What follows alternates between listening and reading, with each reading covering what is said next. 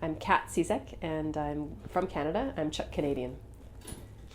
IDFA DocLab. I've been here for 2 weeks almost, actually. I come here with one project with many iterations. It's a project called HIGHRISE Out My Window. It's a 360-degree web documentary, but we have presented it at IDFA in 3 very different ways. One is just on the web, on a computer, in the DocLab lounge.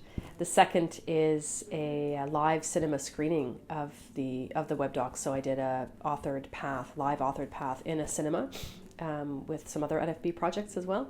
And then the third iteration is the one that broke my back. But I'm really proud of it. It's a physical installation, art installation, sort of physical manifestation of Out My Window, the 360 documentary online.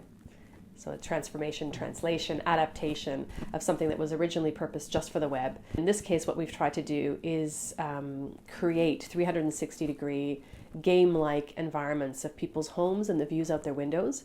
And we've done so using a collaged effect of many still photographs of the space that just sort of staggers around.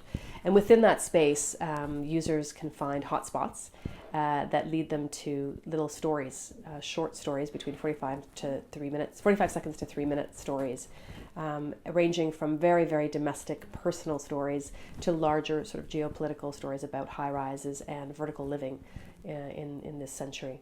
The project really came out of the research that we've been doing for HIGHRISE, which is a multi-year, multimedia project, spinning off of the Filmmaker in Residence project that I did at the Film Board many years ago. The idea is to let the stories and the research and the partnerships be the starting point for discovering how stories might unfold. And so after about a year of research, we had discovered all these amazing places hidden behind the walls and the windows of high rises around the world. And just one day I had thought, what would they all look like if we created a virtual high-rise and each window was one of these places, sort of inspired by multiple projects that I'd seen on the web, but also just this idea of peeking into people's places through windows. Maybe even walks through Amsterdam inspired me for the project. I love walking around Amsterdam and looking into people's windows at dusk. It's a pretty special place to do that. So it was really just and then the project sort of developed and took its form through the partnerships and the people that we met along the way. So there wasn't really like this. That was the only clear concept was, okay, make a high rise that houses apartments from all over the world. And then after that, it was just along the way, met Casper Sonnen, who introduced us to the 360-degree video technology people here in Holland, Yellowbird. And so we incorporated that into the story and into the actual structure. Long discussions with the creative technologist that we worked on the project with, transformed, how we did those 360-degree spaces and what they would look like. So really, it's a huge collaborative effort. Over 100 people contributed something to the project. So it's really something that grew out of those relationships. Way back in the 60s and 70s at the National Film Board of Canada, they began a huge program called Challenge for Change.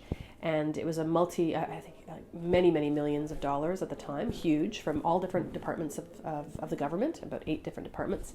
And the mandate of that program was to see how filmmakers and filmmaking could be part of community development. So rather than using cameras to document social change and then make a film about it, the idea was really to take documentary form and bring it right into the social change and work with people rather than making films about them. Some of them were dismal failures and some of them were absolutely incredible, inspirational sort of pieces of political reform and change, policy changes, all sorts of things sort of flowed from them. So I was actually approached by the NFB in 2004 to see how we could bring Challenge for Change into the digital revolution in our times. What would this look like in our times? I had just finished a film with Peter Wintonic called Seeing is Believing, Handicaps, Human Rights in the News, and I think that's why they approached me. So I was interested in sort of the political, social uses of technologies like the camera you're using right now. And so, so out of that sprung Filmmaker in Residence. 4 years into Filmmaker in Residence, they said, what next? And that's how HIGHRISE came to be. That's the long story. Sometimes I also believe that even the content itself doesn't matter. It's just the process of creating media that can sometimes really have a huge impact itself too. So it's a way, it's a tool for people to work with one another, to introduce themselves to each other, to just work on a different scale. So sometimes it can be the content, sometimes it can be the process, and it's not about it's not the conventional form of documentary making, that's for sure.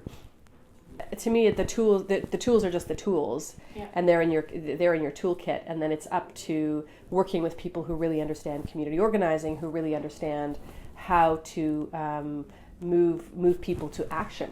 Mm-hmm. So I don't think it's the tools themselves that bring about change.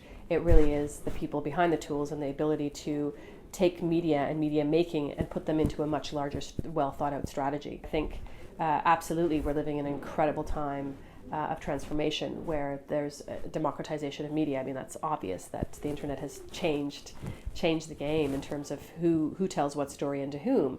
On the other hand, it's also become very noisy. So the chance for actually having yourself heard is also lower. So there's always, with all the new sort of advantages come a bunch of disadvantages, and there's still a huge digital divide. I mean, that's one of the things that we're exploring in HIGHRISE. In our own city, there's people that really have no access or very little access to this kind of technology, and very little kind of literacy to know how to use it. They find their ways and they negotiate, and people are incredibly smart and resourceful. But that said, there's a huge divide, and so there's as many